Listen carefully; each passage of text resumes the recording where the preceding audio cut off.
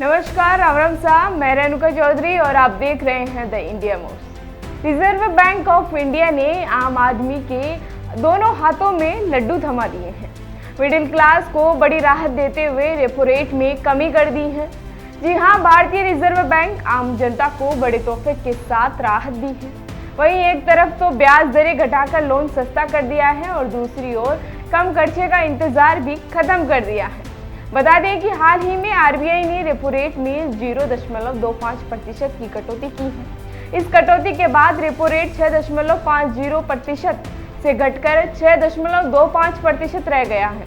अब लोगों को लोन मिलना सस्ता हो जाएगा, साथ ही उनकी ईएमआई का बोझ भी हल्का होगा। आखिर ये रेपो रेट है क्या, आइए जानते हैं उसके बारे में। लोन लेना सस्ता हो गया है। अब आम आदमी के हाथ में ज्यादा पैसे बचेंगे तो महंगाई दर घटने से कम खर्चे का भी मौका मिलेगा। 5 साल बाद केंद्रीय बैंक ने रेपो रेट में कटौती की घोषणा की है। मॉनेटरी पॉलिसी कमेटी एमपीसी की बैठक के बाद शुक्रवार को रिजर्व बैंक के गवर्नर संजय मल्होत्रा ने इस फैसले की जानकारी दी है। संजय मल्होत्रा ने 3 दिन तक चली एमपीसी की बैठक के बाद रेपो रेट में 0.25% की कटौती का ऐलान किया है। वहीं आरबीआई ने लगातार 11वीं बार एमपीसी बैठक में रेपो रेट को 6.50% पर बनाए रखा था, लेकिन 12वीं बैठक में इसे घटाकर 6.25% कर दिया है। बता दें कि आरबीआई ने मई 2023 के बाद पहली बार रेपो रेट में बदलाव किया है।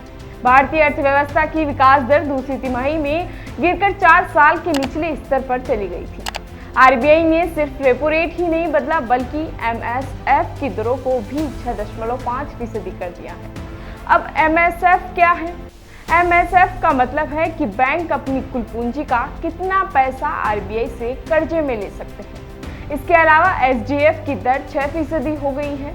ये आंकड़ा होता है जो इकोनॉमी में सर्कुलेट कुल नकदी को आरबीआई मैनेज करता है। इसी के साथ रिवर्स रेपो रेट 3.35% किया गया है। इसी दर पर बैंक आरबीआई से कर्जे लेते हैं। सीआरआर यानी बैंकों को रिजर्व में रखने वाले पैसे का हिस्सा भी 4.5% कर दिया गया है। वहीं जानकारों का मानना है कि भारत की जीडीपी में ग्रोथ देखने को मिल सकती है। वहीं भारतीय रिजर्व बैंक ने वित्त वर्ष 2026 के लिए देश की विकास दर 6.7% रहने की उम्मीद भी जताई है। बता दें कि वित्त वर्ष 2026 के लिए रियल जीडीपी ग्रोथ 6.7%, अप्रैल जून 2025 तिमाही 6.7%, जुलाई सितंबर 2025 तिमाही में 7% रहने का अनुमान लगाया गया है। वहीं अक्टूबर दिसंबर 2025 और जनवरी मार्च 2026 तिमाही में इसके आंकड़े 6.5 से 6.5% ही रहने का अनुमान है।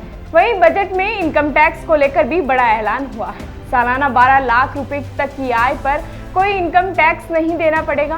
फिलहाल ऐसी खबरों के लिए बने रहिए हमारे साथ और देखते रहिए द इंडिया।